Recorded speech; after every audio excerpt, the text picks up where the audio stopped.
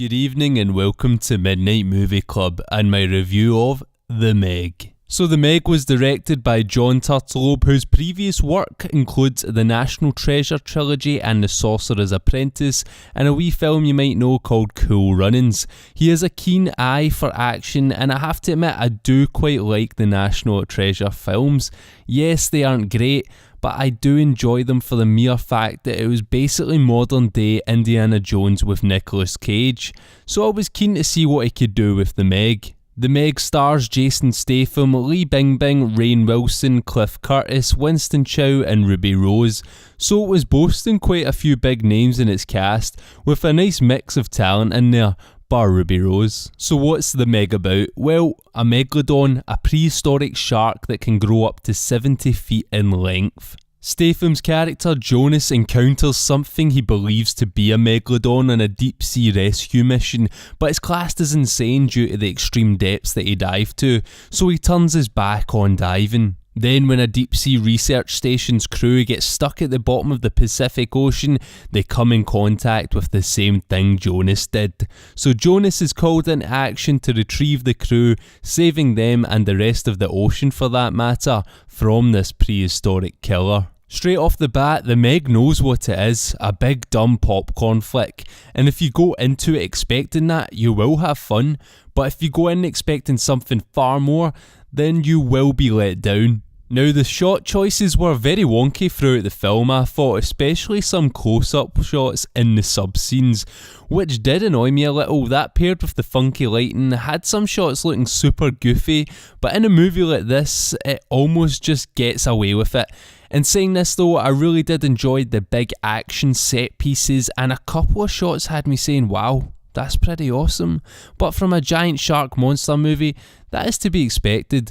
I felt even though it had some of those wow shots, there really could have easily been a lot more. A lot of the time it was very obvious what was about to happen on screen.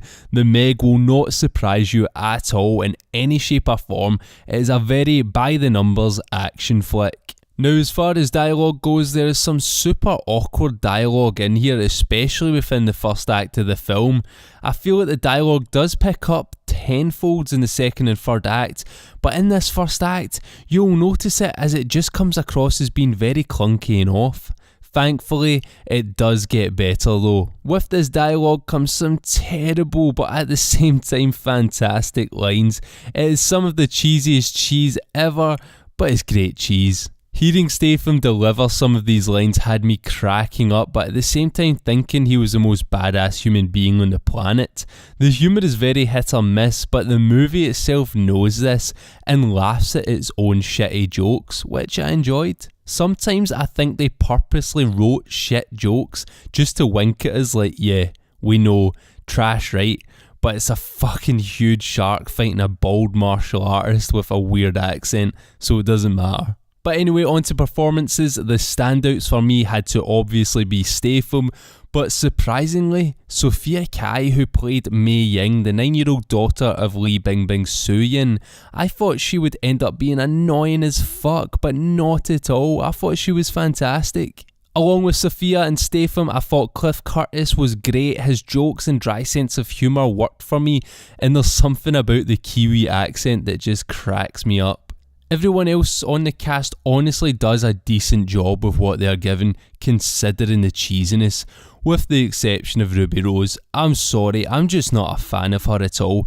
She has the charisma of a cardboard box. Her best role has been John Wick 2 and her character was mute, so what does that tell you? Pacing for the film wasn't too bad at all, apart from the first act where it does feel like the film drags a little bit. Just before it hits full on boredom, shit does hit the fan and it gets going, so stick in there and try not to drift off. If you're into the ocean and what may lie at the bottom, you'll probably be hooked. I love all of that type of stuff, it really fascinates me, but my brother who was at the screening with me isn't as bothered, and he did feel the first act was taking far too long to get going, whereas for me it picked up just in time. Luckily, once again, it's the second and third acts where the pacing is strong and you just go on a big, dumb, pretty fun ride. Now moving on to the Meg itself, how the shark looked. And there are some areas in the film where it looks very, very computerised, and I know there was no way around this, as it would have to be pretty impossible to create a practical 70-foot shark.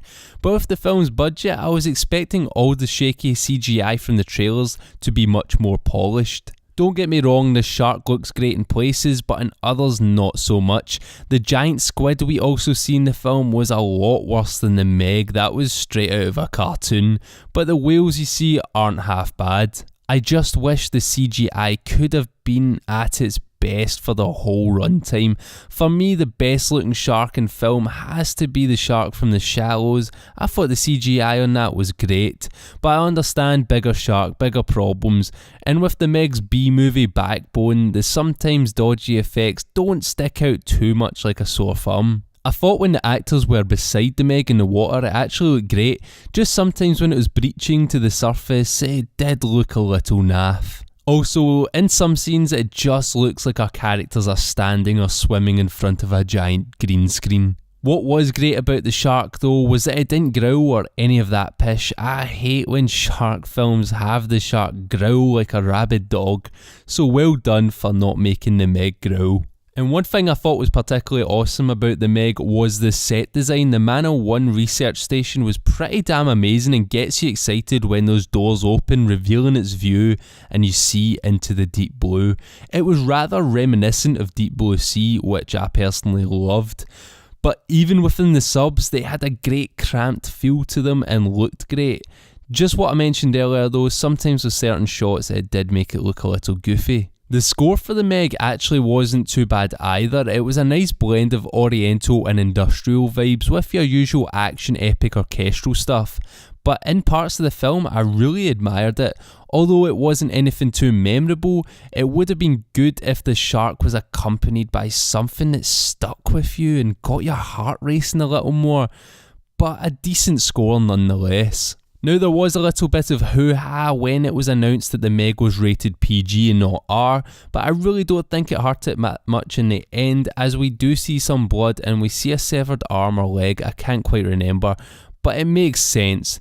With a shark of this size, it's gonna be swallowing people whole, not biting them in half. I think the only good thing with an R rating would have been obviously the dialogue, more swearing, dirtier jokes, stuff like that. But when it came down to it, I felt like the Meg was really aimed at kids a lot more than I actually thought it was going to be.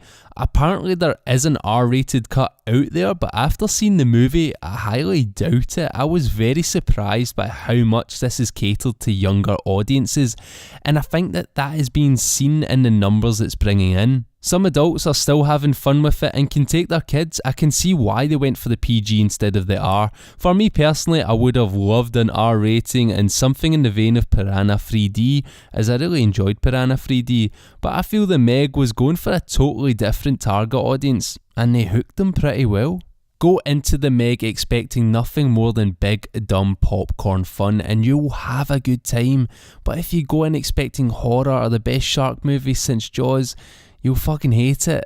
In the end, I did have a bit of fun with the Meg, but not as much as I wanted. It didn't have me leaving the cinema gushing about it. It is self-aware, big dumb action fun with laughable dialogue and some cool set pieces, inconsistent CGI, predictable story, some very cheesy acting which is okay for the most part, bar a couple.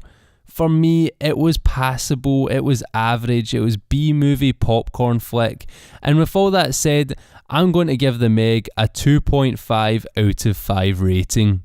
I really wanted to love the Meg, give this bad boy a 5 out of 5, and from the trailers I thought I was honestly going to do that, but in the end I just thought it was pretty average. I enjoyed some aspects, while I wasn't a fan of others. Anyway, let me know your thoughts on the Meg in the comments section below, and if you've actually read the novelisations, because I would love to hear how they differ from this movie.